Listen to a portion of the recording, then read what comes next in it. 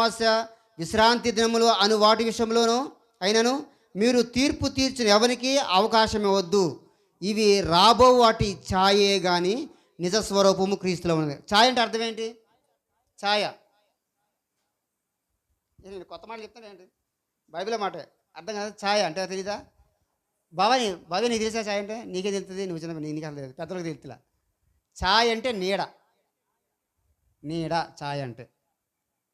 ఛాయ అని చెప్పండి. నీడ, ఏ నీడ ఇది చెప్పండి? ఏ నీడ? దేనికి ఏ ఛాయ అని చెప్పాడు?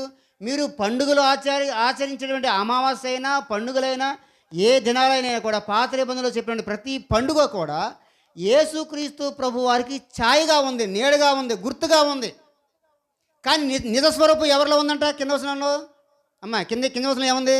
నిజస్వరూపము క్రీస్తునందే ఉంది. ఉందాకన్నమాట. చెప్పండి. ఇవన్నీ ఛాయే కానీ రాబోవు ఛాయే కానీ నిజస్వరూపము క్రీస్తులో ఉన్నది.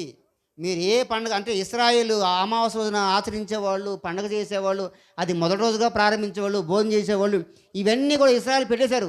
అది రాను ఈ క్రీస్తు వచ్చిన తర్వాత అలాగ జరుగుతుంటే దేవుడు వాటిని ఖండించి, అయ్యా ప్రభు రాకముందు వాటిని ఒక ఛాయగా పెట్టాడు, అంటే నీడగా పెట్టాడు.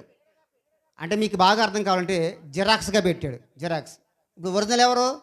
క్రీస్తు. అర్థమైందా? ఛాయ్ అంటే నీడ అని అర్థం. ఇప్పుడు మనం జిరాక్స్ను వాడుకుంటామా? ఇప్పుడు జిరాక్స్ ఉందండి, జిరాక్స్ వాడుకుంటామా? ఒరిజినల్ వాడుకుంటాం? మనం ఒరిజినల్ వాడుకుంటాం.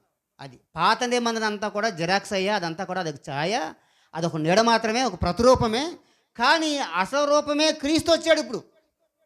కాబట్టి ప్రతి ఛాయ కూడా క్రీస్తునందు ఉంది. కానీ నిజ స్వరూపం ఎవరంటే ఇప్పుడు చెప్పండి?